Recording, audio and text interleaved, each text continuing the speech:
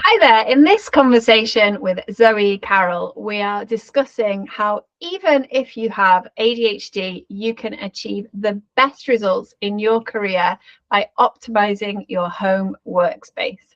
And we're going to explore how you can go about setting things up so that you feel happy and valued and are able to contribute your best. I'm really excited to have Zoe with me today because she is an absolutely incredible human with an amazing set of experiences. She's gone from air traffic control with the RAF to mountain biking champion and award-winning researcher into extreme sports performance. Zoe is an expert in physiology and psychology of performance and has been encouraging people to succeed in life and sport for over 25 years. And in particular, she's very keen on helping people overcome fear and finding courage, which I totally get, having attempted mountain biking a little bit and that sensation of being at the top of a hill and looking down and the fear and overcoming that sense of I do not want to throw myself down that path. I can see how that's useful in mountain biking. So I'm really excited to dive into this conversation today with you, Zoe. What are the key things that you think our viewers are going to get out of this conversation? Well, I think that, thank you for that lovely introduction, by the way, first, Jane. But I think that what people will be able to get from our conversation is that optimizing what works for you matters. And what works for you might not be what works well for other people or what we've traditionally been told is the ideal setup. And also an appreciation of the fact that what works for you will change over time. Again, lots of us are taught to believe once you find the thing that works, keep doing that same thing. But for many of us, our brains are seeking novelty. They get easily bored. And so switching things up, changing things and knowing that that's okay and not judging yourself for that is really key, I think, in the conversation that we're going to have today. Oh my goodness, I feel like in a therapy session already. Some of those things that you just mentioned really made my heart feel happy. So when we're talking about pursuit of performance, and you've mentioned about not compromising well-being in the pursuit of performance, how should we achieve this? Where can we overcome that sense of you must be busy, being busy is a badge of honor and you need to push through and no pain, no gain? How do we overcome these kind of messages and allow ourselves that sense of well-being at the same time as pursuing, high level of performance? Yeah, I think the busy work is actually so counter to good performance. And there's lots of statistics that suggest that 80% of the work that we do doesn't generate very much. And there's 20% of the work that we do that actually achieves the outcomes. And for the sake of efficiency, if we just did that 20%, then actually we'd achieve more. And we'd be in a better place of well-being as well. So it's looking at where we're being busy. But also, we seem to have this performance first, well-being second kind of setup, where if we achieve all of the things, then we'll feel okay. Then we can take time off. Then we can go for a massage or a spa break.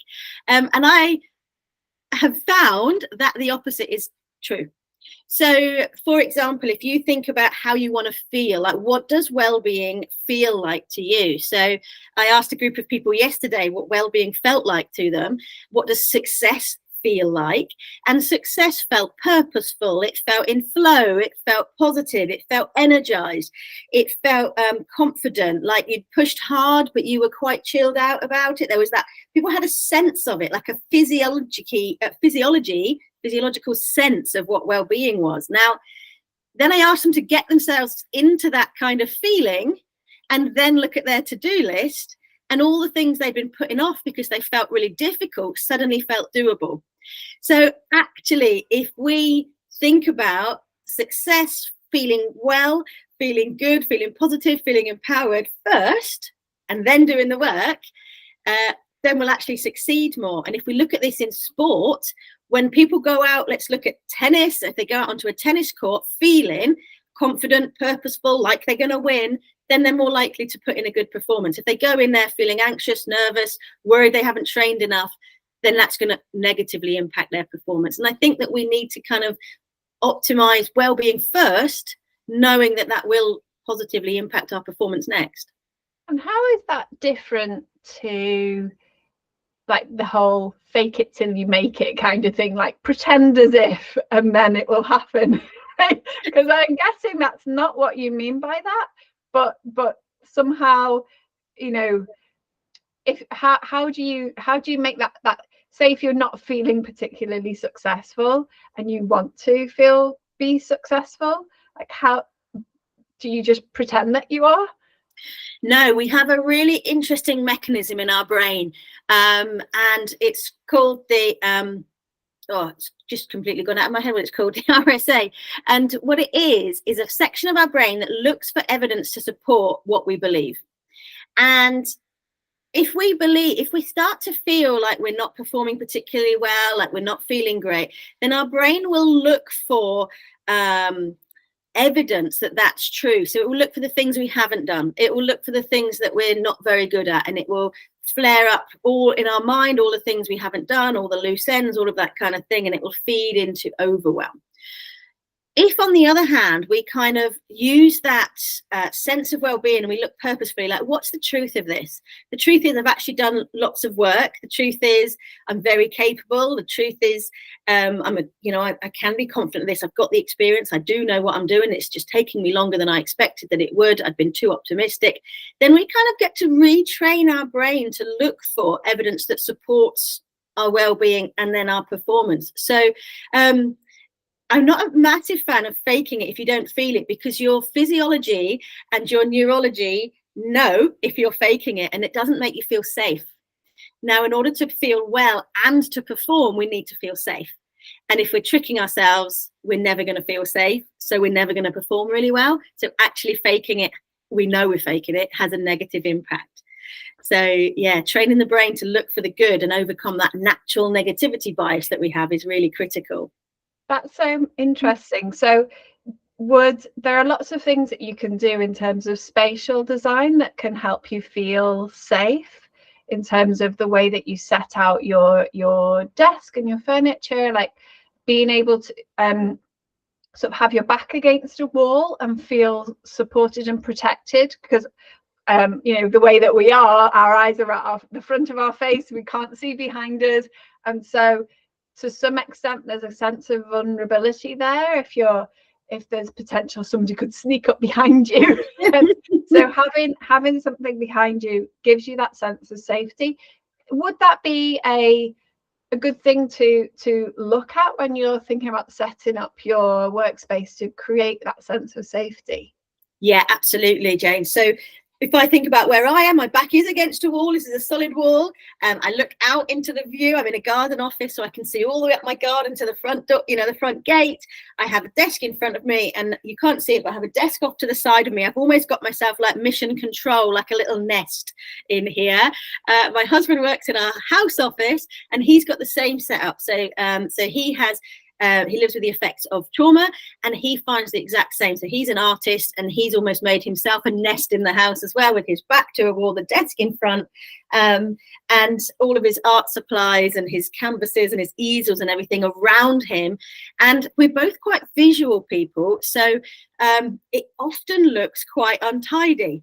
And we have to be okay with that. Like, I love white spaces, clean space, but I struggle to maintain it because I also need to be able to see all my things. And as we were getting ready for the call, I said to you, I had a piece of paper here and I've lost it because I tidied my desk. And that's kind of the experience. So if those visual things make people feel more comfortable, again, that's really helpful. And sometimes, I've worked in offices where we're hot desking, or we are print-free or paper-free offices, and I really struggled to thrive in that environment because I needed the physical, holding on to the things. I still like things in folders, and I like things quite colourful because that, it intrigues my mind.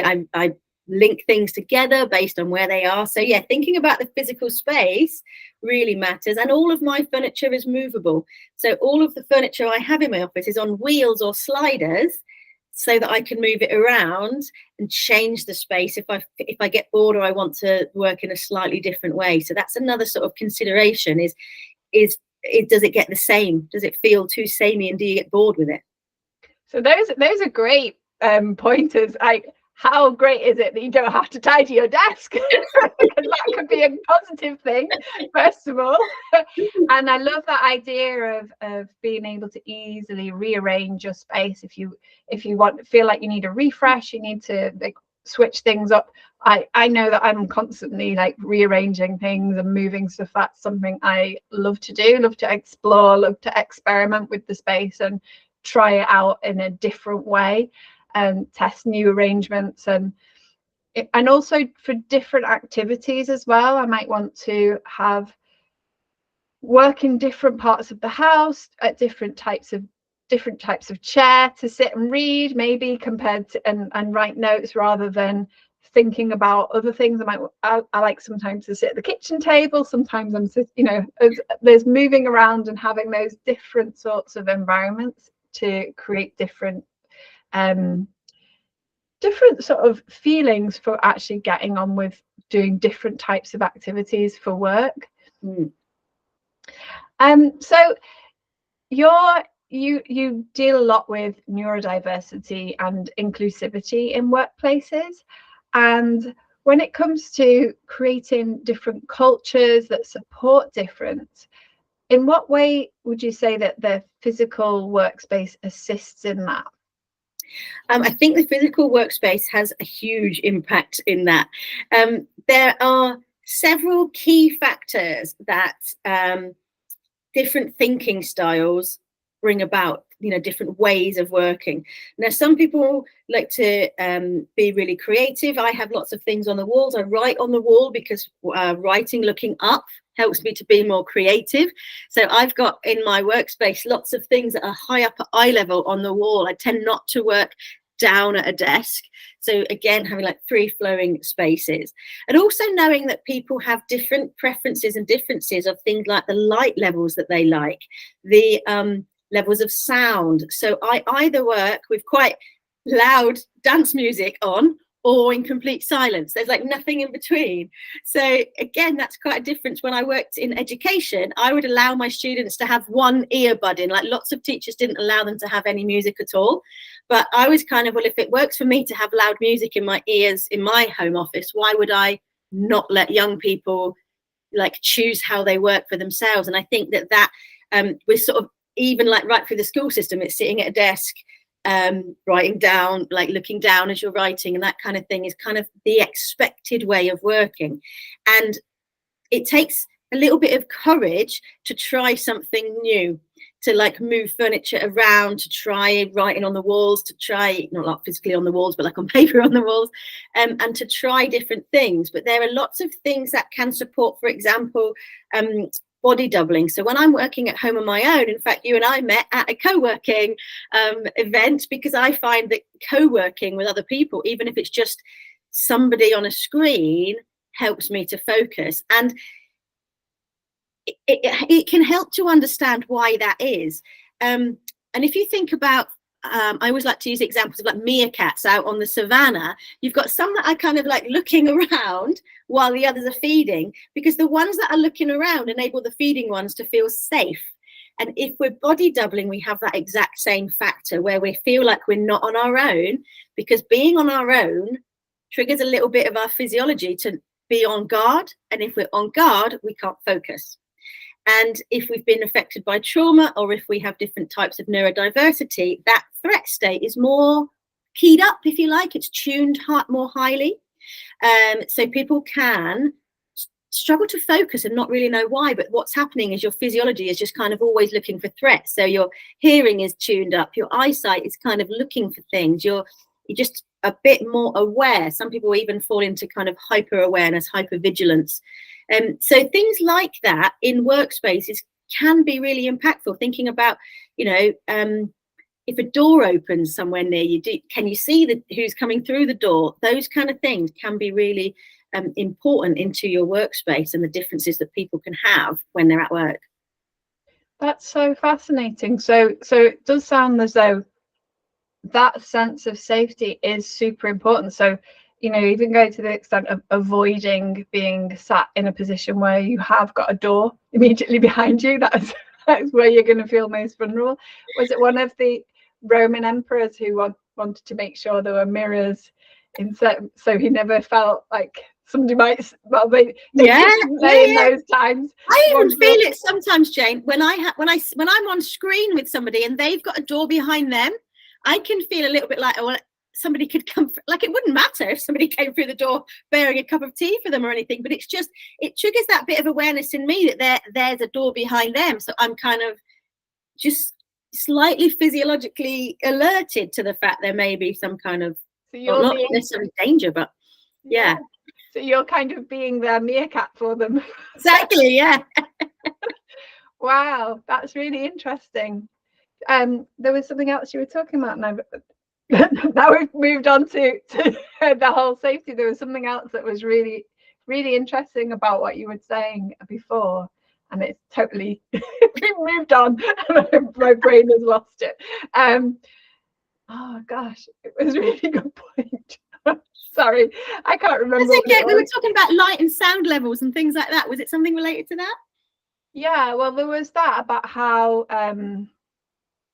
all these different, like, those emotional responses are different things that connect with our emotions and how we can adjust those. But that wasn't exactly what I had a question, and the question is what's gone. There was a particular question. It'll probably come back. Yeah, it probably will. But what I was wondering was, in terms of then, if we're experiencing these sorts of fear, I remember now. It was how do we find that courage, if we are experiencing these sorts of fears, and we might not be aware of it, because some of these things could be maybe a bit subconscious, like not necessarily so clear to us that, if we're feeling on edge because there's a door directly behind us, or because I think often if you're not used to being in control of the space that you have, like say if you work in an office most of the time, and sometimes you work at home, and office spaces are very controlled, manipulated environments, really, that there's a lot of psychology that goes into designing workspace. And there are those little like breakout spaces, and you've got your open plan office space with, if you've got these kind of, what do you call them again, where you sort of rock up that day and that's your space for, like hot desking. Yeah, so you don't actually necessarily even have your own space, and it's all designed in one particular, there are a few standard ways of designing different spaces in workspaces that are typical. When you're then, and if you're used to that, and then you're working from home and you suddenly have the possibility to have the space in whatever way works best for you, but if you're not used to having that ability, and you're maybe a little bit worried about or afraid of like making too big changes from what you're maybe used to, the kind of setup that you usually might have, like how would you overcome that? I know that overcoming like fear is something you're not really knowledgeable, but how, if you're feeling uncomfortable or unsure, or have those sort of worries that you might not be doing it right or something, how would you overcome that? I think the thing is, a lot of the workspace design is based on logic, and for example, like the amount of steps it might be from where you work to the photocopier, and efficiency, physical efficiency, and that kind of thing. Mm-hmm. But our feelings do not follow any kind of logic. They are not connected in our brain to the same logic pathways. So how we feel when we are at work is not logical. So if we think, oh, it would be logical if the desk was in the corner facing the wall because that's the most effective use of space, but then we can't understand why we don't feel right there, it's because logic and feeling aren't the same. It may well be logical, but that doesn't mean it feels right. And if we know we feel right is going to improve our well-being and our performance, we need to be brave enough to go, well, let's just see what feels right, rather than what might logically be right. Now, I know logically, for example, having a tidy desk would probably be judged, but as more efficient. But it doesn't work for me. If I tidy it, I then can't find anything, and I spend more time thinking, where did I put that, than I did actually like knowing where my things are. And if it feels more comfortable, it may not be that we've ever had the chance to design a workspace or a room based on what feels comfortable. We've kind of always looked at room design and where the furniture fits, perhaps, or what we've got. We're working with what we've got, but actually with a little bit of creativity, you can try different things. Just trying to work from the other side of your desk, bringing the desk out from the wall and sitting with your chair the other side of it, for example, just seeing how it feels. Fear doesn't understand logic. Fear doesn't know, like, if you think about what we are anxious about, sometimes it doesn't make logical sense. So separating those two things out and going with the feeling first is well worth trying out when it comes to your space, for sure. That's a really good thing to think about. And what I've noticed with working with homeowners is that they'll sometimes show me photographs from the sales particulars from when they bought the house, and then I see the photographs of their house, or I go to their house and see the house, and they've put their sofa in exactly the same place that the previous owners had their sofa. So everything, and that's quite normal, isn't it? Because moving house is like pretty stressful for most people, and you get all your stuff delivered, and then maybe even you might not be the person who puts the things in the place if you've hired a moving company, and they've put down your sofa and your chairs and your TV in the place where it seems logical, and that's where the plug is, and absolutely. And so it's quite common that we don't necessarily explore alternative ways to use the space. Quite often I'm talking with clients, well, why don't we just switch these two rooms around, and that might work better for you.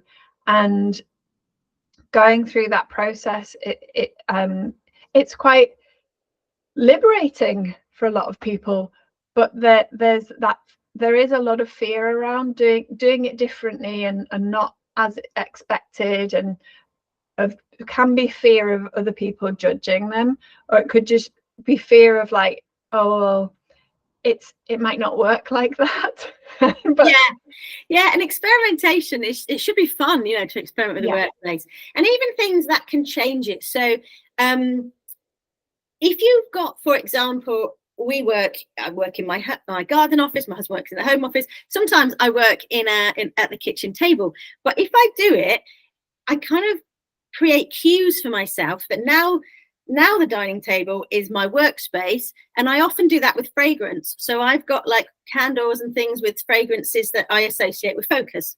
So for me, zesty smells like bergamot and kind of lemongrass, those sorts of scents, quite energizing. I like to have those. I've got a candle burning as we speak. I've got a steam creator that I take around with me. So for me, fragrance is part of the design of where I'm working, because it's a really powerful cue to my brain. It's like, right, I've got the smell. Sometimes I just put it on my hands and like breathe it in, like eucalyptus oil or something like that. Breathe it in, and I'm like, right, that's a cue for work. So it's kind of, it's an addition to that physical space, that kind of, what does it smell like? What is it? If you think about certain other places you might go, they've definitely got a fragrance to them. I'm a yoga teacher, so when I smell dupe, it makes me think of yoga studios, because often people burn the sort of dupe cones and things like that in the yoga studio. So it kind of sets our brain up for, that's a work smell, that's a home smell. Like even those additional cues can really help get that workspace ready. And again, it's not logical, but it works.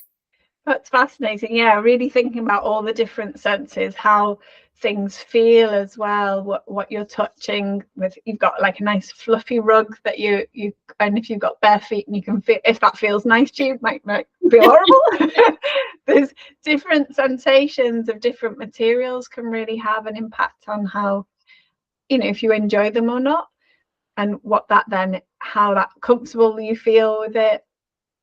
Yeah, absolutely. Yeah, I don't like to have a chair on wheels because I move around the whole time if I'm on wheels. I like a chair that with 4 feet that stays still. So again, it is just all of those little preferences, isn't it, for how we like to move. Yeah, I remember as a student, I always liked to sit on the floor, and I'd be sat on the floor with everything spread around me in a nice big circle. I could have my science and my English and my art. Yeah, absolutely. Creating a little nest is sometimes the way ahead, isn't it? Definitely, yes. Are there any? This seems like illogical to use the word typical, but are there any typical kinds of accommodations that people tend to find useful to help with optimal performance when they're within their workspace?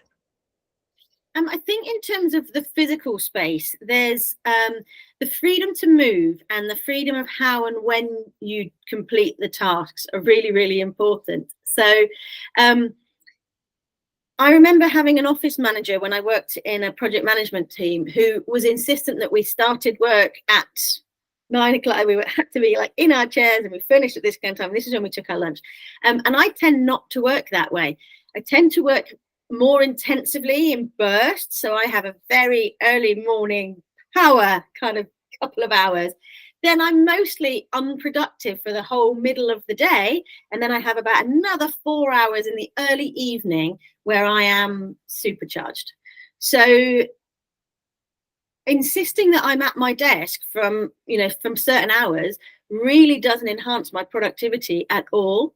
So thinking about like the tasks that you need to achieve and where you're best off doing them. So my morning first 2 hours is usually down at the kitchen table in the dining room, and my afternoon 4 hours in my office. And thinking about those kinds of accommodations is like, actually, do I need to have more than one place to work? Do I need someone to body double with me? So body doubling is, that sort of co-working. How we are accountable. Do we like to have a tick list on the wall where you can physically see your progress? Those kinds of accommodations that people can ask for. Thinking about that safety element, like what if I know very clearly what I need to achieve, how I do it can be up to me. So if I do it sitting on the floor, if I do it lying on my tummy on a yoga mat, does it really matter? Maybe, like when I'm having a meeting, I might need to sit properly, but like I need to move a lot. So I would generally get up and down lots of times during the completion of a task. So just being aware of that, like if I'm going to distract other people in a team environment, that might be a problem. At home, getting up, making cups of tea, moving around, having a drink, staying hydrated, like all of those kind of things, I tend to think better when I'm moving. So if I've got to think about a task, then I should be out walking my dog, because I will come back and have the result. I'll have the idea. So again, it's that thinking of the outcome, the performance part of it, secondary to the well-being part of it, because if I'm able to move and think while I'm on the move, then I will be able to perform and answer the question and do the work to a better level. So it's breaking free of that idea that all minutes are equal in terms of productivity, and that we are going to be efficient at all times of the day, because most neurodiverse people aren't.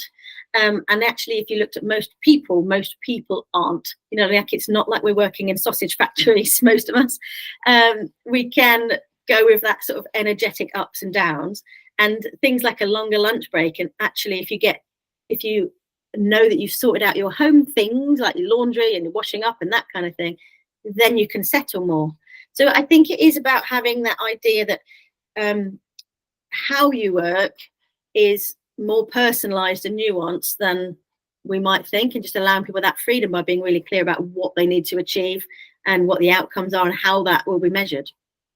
What I've noticed from the things that you said is that you're very aware and very sensitive to, or rather than sensitive, maybe knowledgeable about what really works for you. And I'm wondering, what would you suggest for people who have never really thought about it? They've never really considered it, and they just kind of put up with and struggled, kind of battled through with what they have. And how do they, I mean, we've talked about the experimenting piece, but how do you start to notice what's really benefiting you and what's really not? Where would you start with that? So I think the very first thing is attending to yourself with awareness. So being aware, for example, how fast are you breathing? If your breathing is higher than your resting breathing, then it's an indication that your body's under some kind of stress. So that's the first signal to our brain that we kind of are needing to ramp up, is that our breathing will increase, which means that our heart rate will increase and there's more physiological stress on our body. We might also notice some people are jaw clenchers, so they might notice their teeth grinding or they're clenching their jaw. Some people will notice that their shoulders are, they're all locked together in the shoulders. Some people might have, some people carry their anxiety like in their tummy, like a knot in their tummy or a falling sensation or something like that.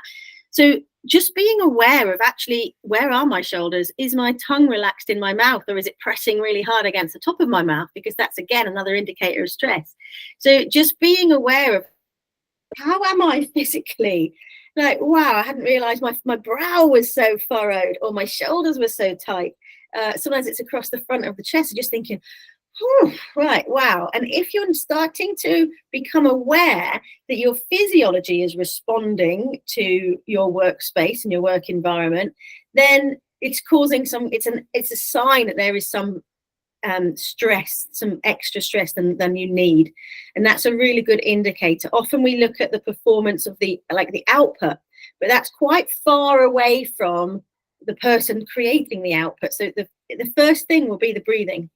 If you notice that your breathing is nice and relaxed, you're comfortable enough to breathe fully into your tummy, you're breathing nice and slowly, then you're going to be better in terms of your well-being, and therefore you're going to perform more clearly because your mind is clear. It's not in a stress state, so you're making good decisions. You're being able to access your logic and your ability to communicate, your ability to process lots of complex information. That can only happen when you're calm. So attending to yourself with awareness, noticing, where are my shoulders? What is my breathing doing? Those are maybe the two key places to start. Just, where am I physiologically, physically? That, I think, would be really helpful for many people. And I mean, yeah, I sometimes realize almost after the fact that, where I've got, and I'm feeling like, I feel like I've been like this for a long time. Like, why am I yeah. And also, if our workspace is set up so that we are constantly in an uncomfortable position, if we have to move forward, so if our chest is kind of compromised, so we're kind of rounding our shoulders and protecting our heart in order to write, because our desk is too low, for example, it sends our physiology sends a message to our brain that we're in some kind of danger, because that's what we do when we don't feel safe. We make ourselves small, we kind of curl up into a ball. So if we are having to hunch over and work compressed, our brain will start to go into a stress pan. So thinking about, can I sit up nice and tall? Have I got space to open my shoulders? Is everything at the right height? If I'm looking into my camera, is it at the right level that my head is up? Because if my head is down, I won't feel as confident. So again, thinking about that, how you are sitting, is your weight evenly distributed above both of your feet? Now, lots of people cross their legs when they're working, and it immediately takes us off of our physiological safety. We feel off center. So just thinking a little bit more about that physiology of how we are really, really helpful. Getting those feet flat on the floor, opening up your body, putting a smile on your face even makes a difference. And then working in that way, really makes a difference. Wow, that is so fascinating. That's a fantastic place to start. And then, as we just talked about earlier, experimenting, then I suppose experimenting with rearranging things and then being aware. Because that'll give you that baseline that you can start from, and you can see, well, if I move my desk to there and then notice if I work there for 5 minutes, is my breathing still nice and slow? Do I still feel like I'm sitting well? Do I still feel confident? Do I still feel comfortable? And just noticing those little changes. I love that. That's such actionable advice, and I think that would be really, really helpful for everybody moving forward. Thank you so much, Zoe. I know you've got a thing to move on to, so we'll pull this back together. But it's been such a delight to chat with you, and there's so many layers to this. It's been so fascinating. I'd love to chat with you for a lot longer, because there's a lot I think we could cover a lot more. But that was such a great starting place, and thank you so much for joining. You're very welcome. Thank you for having me on the show, Jane. Okay.